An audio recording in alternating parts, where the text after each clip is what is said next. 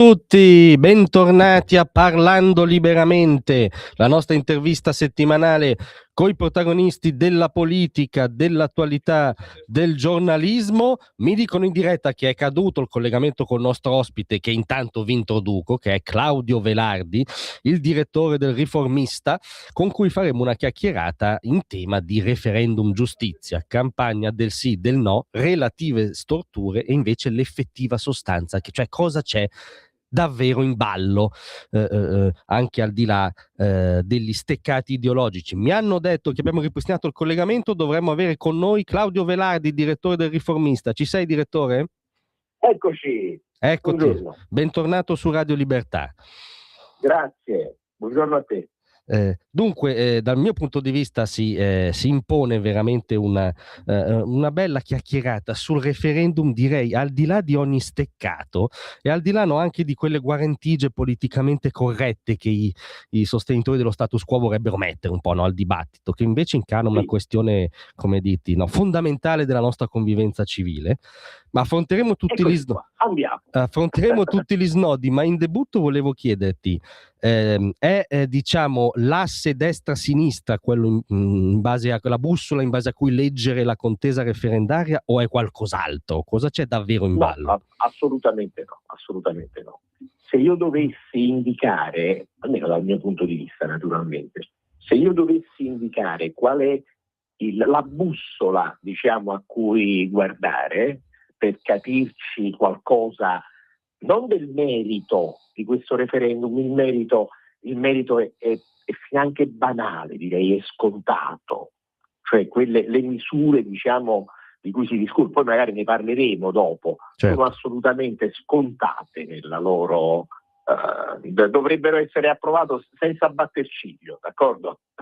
Ma detto questo, secondo me la bussola grazie alla quale orientarsi riguarda l'ultimo trentennio, ormai sono 30, no, più di 30, perché dal 1992, 30, 34, 35ennio della vita italiana, che è stata segnata da una deformazione, una struttura strutturale e dannosissima per il sistema. Ed è una stortura che ha fatto male alla sinistra e alla destra, quindi fa male a chiunque, fa male alla politica. Qual è la stortura? Beh, ti è chiaro, cioè Mani Pulite. È certo, quello che ha determinato in termini di una alleanza strutturale, continua, pervasiva tra i magistrati, alcune procure, i PM, per amor di Dio, non parliamo di tutti naturalmente, eccetera, eccetera, e il sistema mediatico, che ha determinato la logica devastante per tutti i cittadini italiani del processo mediatico. La stortura di fondo che ha portato poi ad una assoluto prevalere, diciamo, nel dibattito pubblico di questo processo mediatico, e che ha sottoposto a questa logica la politica. Questo è stato per cui il processo devastante dell'ultimo trentennio italiano. Allora non è che questa riforma, separazione delle carriere, eccetera, eccetera, mette fine a tutto questo, per amor di Dio, ma è un buon punto di partenza per avviare una distinzione dei ruoli tra i poteri, diciamo, dello Stato, che può fare solo che bene. Insomma, dici poco, ecco. No, non dico poco, lo so, ma naturalmente, sai, quando ora si tratta di votare sì o no, certo, non è che queste cose io penso che si possano andare a dire al cittadino che non sa manco bene, ma che giustamente fa la sua vita tranquilla, no? Non è che possiamo metterci a fare analisi politologiche complesse, però la sostanza è questa qua. Quindi un conto è la campagna referendaria, i motivi che saranno banali per cui uno va a votare sì o no, eccetera, eccetera. Un altro conto è se vogliamo fare in una sede del genere un'analisi più di sistema, insomma. No, sei stato chiarissimo. Ho visto che tra anche diciamo le provocazioni argomentate che hai lanciato anche sui tuoi social in questi giorni, dove sei attivissimo sul tema, hai ripreso l'immagine, per molti versi ovviamente non felicissima, del plotone d'esecuzione, no, usata dalla capa di gabinetto del Ministero della Giustizia, però tu dici guardate che però un plotone d'esecuzione poi è all'opera quotidianamente nell'amministrazione della Ma giustizia. Ci vuoi figurati, spiegare? ma la povera Bertolozzi ha detto una cosa banale, poi non l'ha detta bene perché lì era in una situazione un po' concitata, no? Perché c'era un dibattito, mi Certo. pare in una TV locale, se non ricordo male, quindi ognuno si dava sulla voce, insomma, e quindi è chiaro che può venire fuori una espressione non perfettamente compiuta, però è stata utilizzata in una maniera strumentale, vergognosa.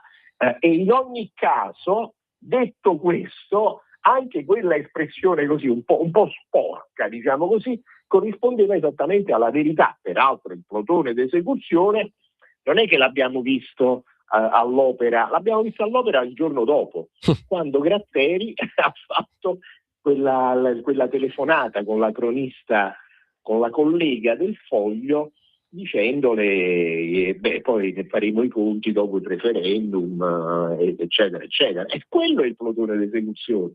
Cioè un procuratore capo della Repubblica di Napoli che parla con una giornalista e dice: ah sì, voi vi state permettendo di fare queste cose, bene, ce la vediamo il giorno dopo. È più plotone d'esecuzione di questo, confermato diciamo dal capo della campagna del no. Quindi figuriamoci se adesso la responsabilità diciamo di una espressione non compiutamente tutta quanta giusta, ma rispetto a quello che invece Gratteri ha detto al Foglio mi pare ma insomma, come dire, anzi una verità profonda detta in maniera un po' concitata e confermata il giorno dopo da quello che il capo del no ha detto ad un giornale. Sì, indubbiamente. Mi convinci nella mia idea che Gratteri è uno dei migliori testimonial del sì, alla fine, sostanzialmente.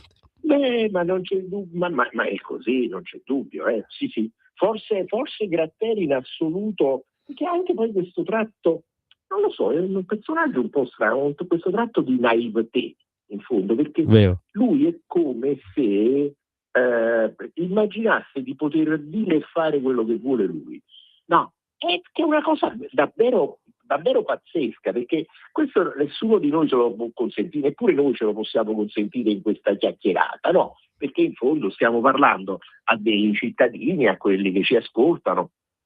Dobbiamo avere un minimo di responsabilità nelle cose che diciamo, ma che questa invece totale irresponsabilità ce l'abbia il procuratore generale di Napoli e che dica di lungo in largo dappertutto quello che gli esce dalla testa.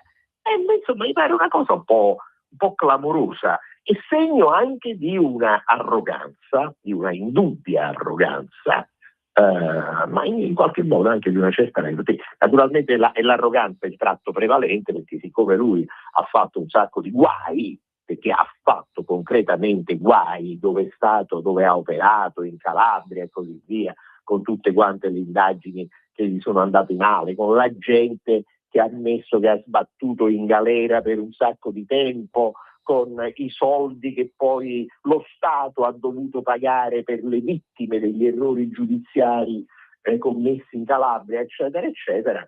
E allora, insomma, se poi questo magistrato diventa ospite fisso, anzi protagonista dei talk show in televisione e così via, e come dire, non viene mai chiamato a rispondere di quello che fa, vuol dire che il sistema un problema ce l'ha. Un problemino ce l'ha, certo. Tra l'altro pensavo, giustamente ci invitavi tu anche ad andare nel merito, l'immagine del plotone d'esecuzione scomoda anche la questione, in modo efficace secondo me, la questione delle separazioni delle carriere, no? Nel senso che se giudice e PM sono nello stesso plotone, magari a volte addirittura imbracciano lo stesso fucile, l'imputato è davvero la parte debolissima del processo, non debole, ecco.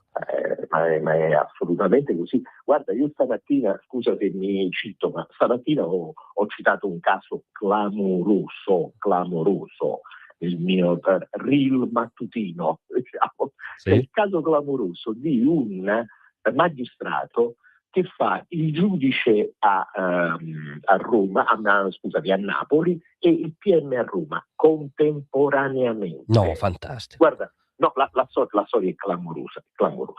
C'è un giudice che è uno dei protagonisti più impegnati, naturalmente, della campagna per il no, il quale a un certo punto ha chiesto legittimamente, per amor di Dio, il trasferimento a Roma, e si chiama Michele Ciambellini, che quindi viene promosso e trasferito a Roma per fare il sostituto procuratore generale in Cassazione, cioè il pubblico ministero, perché in Cassazione il pubblico ministero così viene definito, si chiama sostituto procuratore generale. Benissimo. Dopodiché diciamo, ha cambiato mestiere, è andato a fare il pubblico ministero in Cassazione. Non può più fare il giudice a Napoli, no? Il giudice sta facendo un processo contro un clan di Camorra, un processo infinito che si trascina da un sacco di tempo. Uno dice ok, vabbè, è andato a fare altra roba, d'accordo. No, perché il CSM ha deciso di autorizzarlo a fare tutte e due le cose. Guarda, ti sto parlando di un dato di cronaca, di un fatto. Diciamo cioè, che il commento nella notizia è incredibile. Il giudice, il CSM ha detto ok, allora tu per 3 giorni a settimana stai a Roma a fare il pubblico ministero in Cassazione, quindi fai l'accusatore, poi un giorno alla settimana resta a Napoli a fare il giudice del processo. C'è una farsa, hai capito? È una cosa che meglio di qualunque altra chiacchiera, diciamo, ti dice che il sistema è malato, ed è il sindacato dei magistrati dice che va tutto bene, che è tutto normale, capito? No, Significa che appunto si difendono dei privilegi inammissibili, dei modi di fare arbitrari, cioè loro pensano che possono fare quello che vogliono mescolando i ruoli a loro piacimento. E questa, ripeto, è una storia vera, niente per amor di Dio, io non è che sto inchiodando nessuno al muro, sto dicendo che c'è un signore, si chiama Michele Ciambellini, schieratissimo con il no al referendum, che è il protagonista di questa faccenda. A me basterebbe semplicemente solo questo, anche se questo fosse un solo caso, eppure certamente non lo è, diciamo, ma se anche fosse un solo caso su 1 milione, io direi, però queste cose non si possono fare in uno stato di diritto, in un paese normale, no? No, diciamo, basterebbe la logica elementare, al di là poi di considerazioni. No, ma certo che sì, è una roba è anche banale. Delle volte io penso che fare questa io mi ritrovo a fare questa campagna referendaria, certo da direttore del giornale, perché poi sono molto attivo sui social, ma delle volte io penso, ma vale la pena fare tutto sto casino per una cosa così normale, così semplice? Quasi come mi sento io un po', mi vergogno un po', diciamo, a dire delle cose così scontate che dovrebbero essere accettate da chiunque, insomma, perché semplicemente perché appartengono a delle regole di uno Stato democratico di cui noi abbiamo fatto la prima parte, no? Con la riforma Vassalli, certo, il giusto processo, eccetera, eccetera, e che adesso, dopo troppi anni, portiamo a compimento con la riforma della separazione delle carriere. Roba normalissima, c'è tutti i paesi civili, eccetera, eccetera. Da noi c'è questa corporazione dei magistrati che sta alzando le barricate. Certo, facciamo una pausa solo di 30 secondi per un mini spot, ma torniamo subito con Claudio Velardi. Un nuovo modo per sostenere la tua radio. Visita radiolibertà.net. Ti basta un click e potrai versare il tuo contributo volontario direttamente online. Potrai donare con ogni tipo di carta di credito, anche prepagata. Ti aspettiamo online Su radiolibertà.net. Sostieni la tua radio con il tuo contributo volontario. Radio Libertà. La tua radio. Diamo voce alla nostra gente. Eccoci tornati a Parlando Liberamente col direttore del Riformista Claudio Velardi. Pensavo che il caso che ci hai appena raccontato, come dire, che super, la realtà è molto più surreale, diciamo, della fantasia, cioè di questo signore che, per carità, legittimamente ha quadro vigente e per questo bisogna votare, probabilmente. Fa un po' il PM la prima parte della settimana, il giudice la seconda parte. Però questa storia, perché tu dici il CSM ha detto che non c'è problema, è indicativa perché stana anche il legame, no, che c'è tra questi due aspetti della riforma: separazione delle carriere e riforma del CSM. Sono legati i due aspetti. Ecco.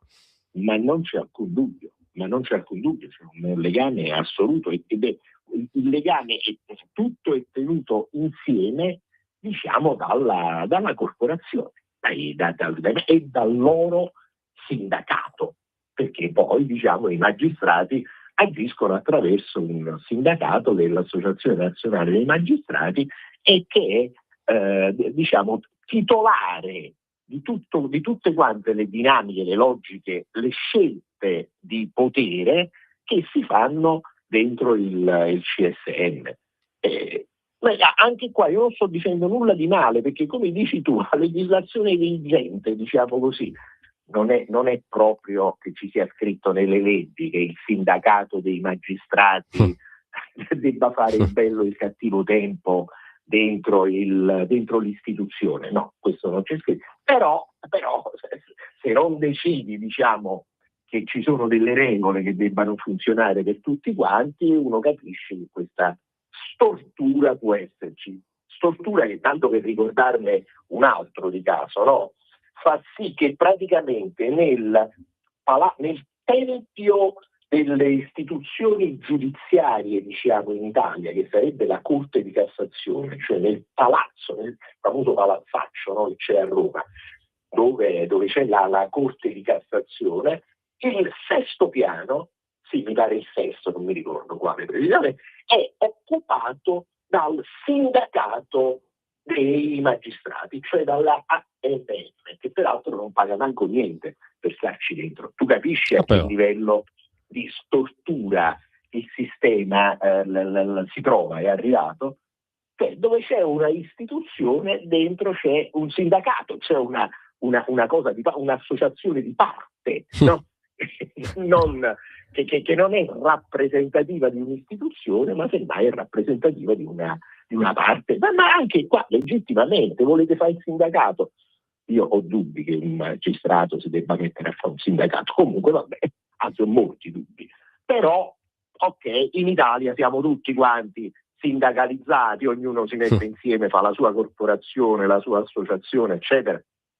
Ma che poi questa tua corporazione debba insediarsi dentro il palazzo dell'istituzione, la cosa è un po' particolare, diciamo così. È come se la CGIL avesse la sede a Palazzo Chigi, non so, insomma. È esattamente così, esattamente in questo modo. Accidenti. Tra l'altro, quello che dicevi, secondo me scomoda anche cioè un cambio di natura del CSM che si è imposto con la prassi, no? Perché è diventato ormai una sorta di anch'esso sindacato, organo di rappresentanza dei magistrati, quando in realtà dovrebbe essere un organo di autogoverno, no? Non è una differenza solo lessicale, ecco. Ma assolutamente no. E peraltro, siccome è un organo di autogoverno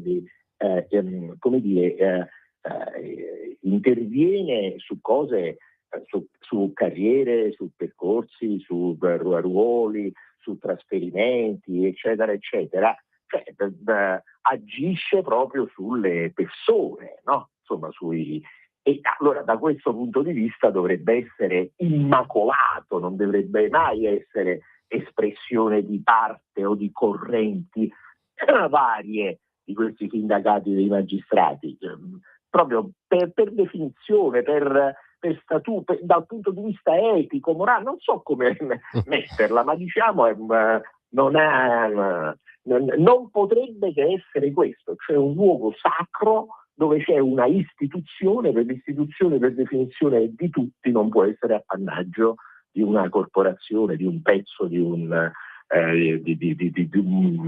sindacato. No, non può essere così. Sì, diciamo poi che dici, giustamente è diventata una prassi, sì, e il problema è che poi a un certo punto in questo paese, ma forse non lo so, può darsi anche non solo da noi, quando una cosa a un certo punto si stabilisce per prassi, ok, dopo un po' pare che tu la debba dare per scontata. E no, ragazzi, perché se questa prassi fa male e ha generato delle enormi storture dentro il sistema, torniamo ai principi, santi Dio, e basta con queste prassi rovinose, torniamo ai principi, ristabiliamo, diciamo, dei principi. Certo, che fanno parte anch'essi della realtà. Ti volevo chiedere, allora, ci spieghi dal tuo punto di vista perché per diciamo interrompere questa cattiva prassi è necessario, utile lo strumento del sorteggio? Perché il sorteggio, che non dimentichiamo, viene attuato in una serie di casi molto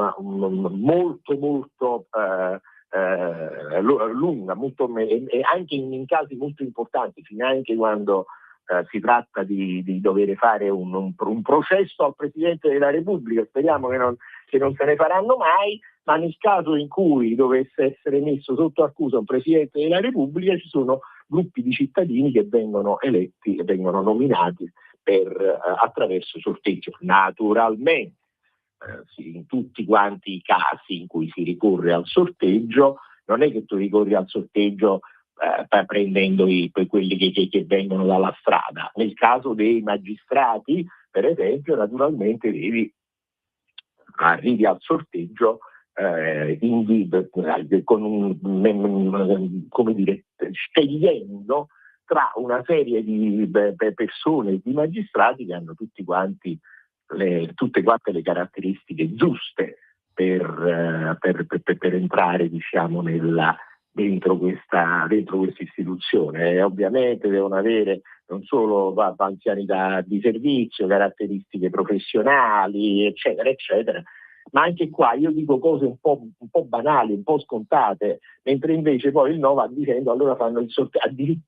Addirittura, tu non so se ricordi, c'è stato il buon Parisi, un fisico importante, sì, eccetera, che ha fatto uno spot dicendo: ma vi immaginate se adesso, non so, noi dobbiamo scegliere un medico, non ricordo che esempio facesse, prendendolo per sorteggio tra tutti i cittadini, quando appunto uno è accecato dalla ideologia e dalla faziosità arriva a dire che il sorteggio si fa tra tutti quanti i cittadini per scegliere un medico o non so che altro, ho visto che addirittura anche la Serracchiani ha detto una cosa del genere, significa solo che tu sei accecato appunto dall'ideologia e dalla faziosità, perché è ovvio che tu ricorri al sorteggio in tanti casi, si ricorre persino nelle università, eccetera, eccetera, per le nomine nelle commissioni di esame al sorteggio, ma tra persone che hanno delle caratteristiche adeguate, diciamo, a poter essere scelte.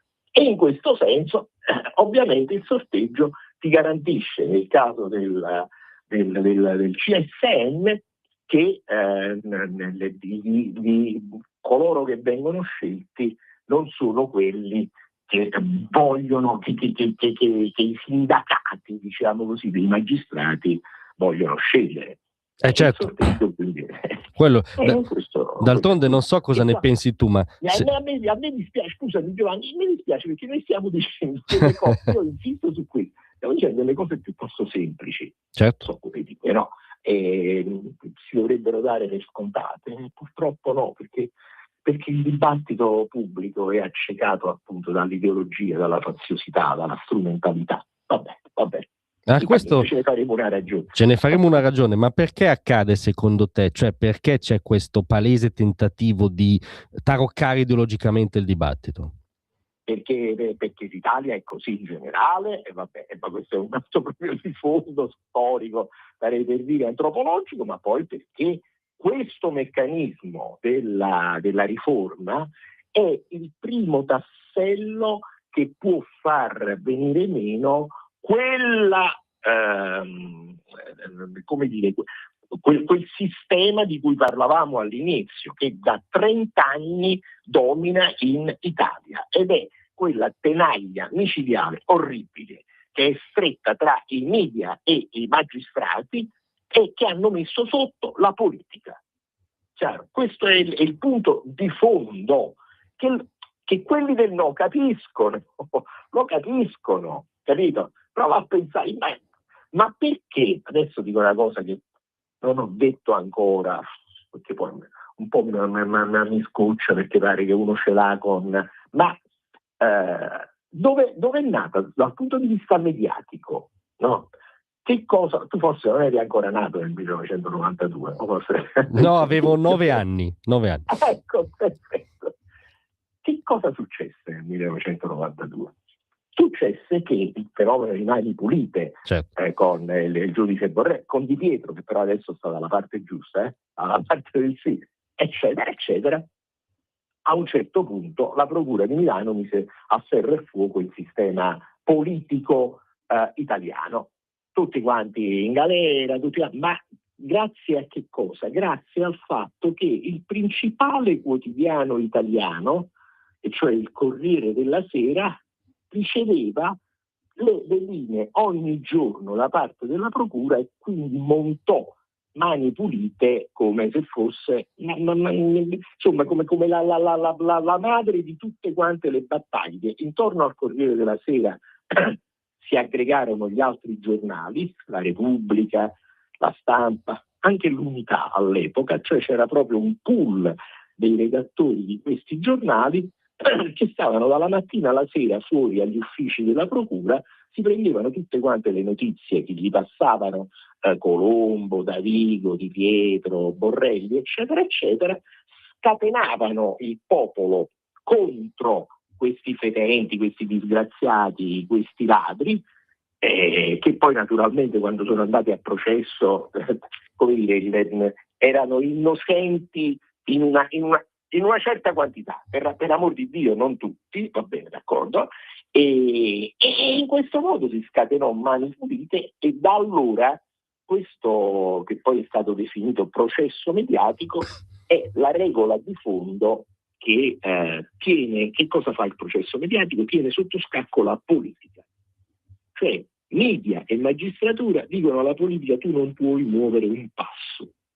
Quelli che hanno cercato di farlo per smuovere questo sistema sono stati, in ordine di tempo e di apparizione, Berlusconi, che ha pagato in tutti i modi, siccome lui poi poteva pagare anche in liquido, diciamo così, Sì, non ci ha perso la vita come Bettino Craxi, questa è la differenza, però appunto Berlusconi ha tentato di contrastare questo sistema, ha tentato Craxi e ha pagato duramente con l'esilio e con la vita. Per un brevissimo periodo addirittura D'Alema pensò con la bicamerale che si potessero fare tutte quante le cose che si fanno oggi, perché la bicamerale di D'Alema parlava di separazione delle carriere, di 2 CSM, eccetera, eccetera. Poi vabbè, D'Alema abbandonò questa battaglia, dopodiché ha tentato Renzi di fare una riforma di tutto questo con il referendum del 2016 che ha perso, e poi anche lui si è ritirato da questa battaglia e adesso dice sta appresso a tutte le follie del campo largo e ancora non si è espresso, pensa un po', su questo referendum.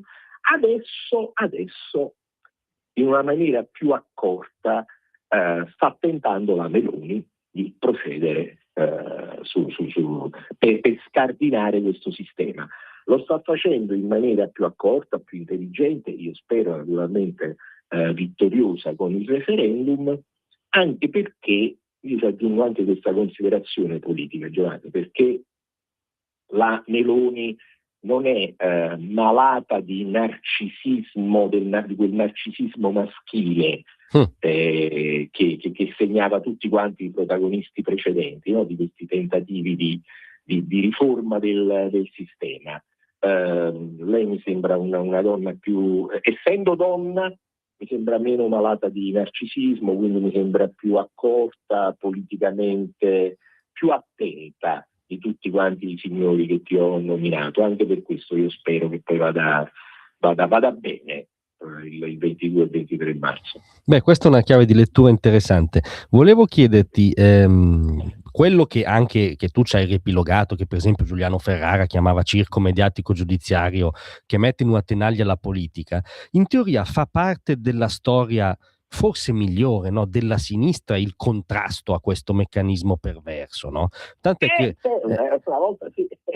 che Augusto Barbera, non Barbero, la vocale importante, Barbera, deputato del PC, illustre costituzionalista, è straschierato per il sì. Volevo chiederti cos'è successo nel percorso anche culturale della sinistra, cioè perché ora va a rimorchio dell'ANM sostanzialmente? Per un motivo semplice, per un motivo anche banale, perché la sinistra ha perso, ha smarrito per strada le grandi battaglie ideali, culturali, e ha perso anche per strada la sua ragione d'essere. Quando io, poi voglio dirti anche questo, quando io arrivai alla sinistra, diciamo in giovane età, nel PC, il PC, sai, era pieno di avvocati che difendevano gli operai che occupavano le fabbriche, che difendevano i licenziati, che difendevano la povera gente, no? Perché questo era l'avvocato, una professione liberale per definizione, no? L'avvocato è sempre stato quello che, almeno appunto nei miei ricordi, a sinistra difendeva la povera gente, diciamo così. Poi a un certo punto la sinistra, dopo il 68, pensò comprensibilmente che non è che si poteva arrivare al potere, diciamo, seguendo la strada del 68, disse: noi ci dobbiamo inserire dentro il sistema. E io ricordo personalmente che i militanti del PC, i militanti della sinistra, venivano invitati caldamente a diventare magistrati, cioè a studiare per diventare magistrati, perché l'idea era quella di fare giustizia non attraverso appunto la rivoluzione popolare, ma attraverso la rivoluzione dentro il sistema da fare attraverso la magistratura. Così che succede, così che poi a un certo punto nascono all'epoca i pretori d'assalto, poi nasce magistratura democratica, cioè la sinistra ha infiltrato il sistema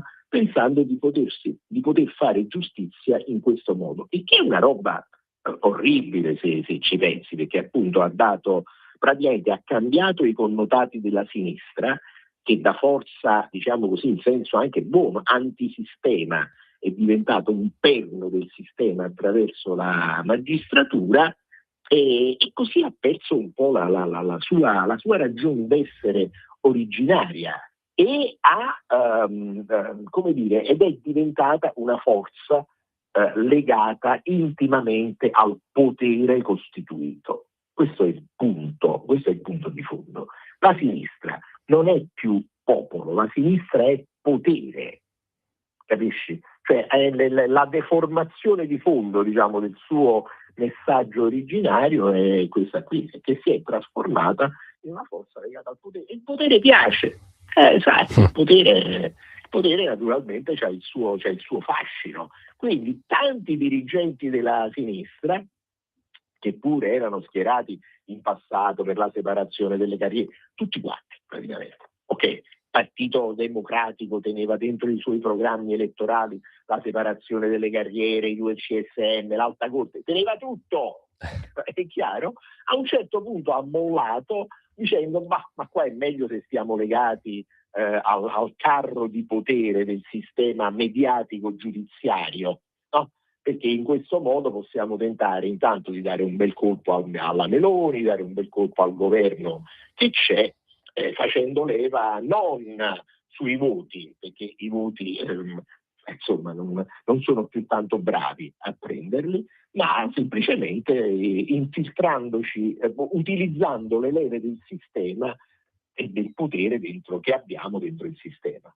È tutto qua, ma è umano, sai, è umano, c'è niente da fare. Però bisogna dirglielo poi a questi della sinistra che hanno abbandonato, diciamo, decisamente la vocazione per la quale erano nati a un certo punto. Certo, tra l'altro ti dico in chiusura, ma un elemento che volevo sottoporti, rispolverando per l'ennesima volta, diciamo, la retorica, no, sul governo autoritario, l'eterno spettro del fascismo, la Costituzione manomessa, quando però questa cosa a me ha sempre colpito.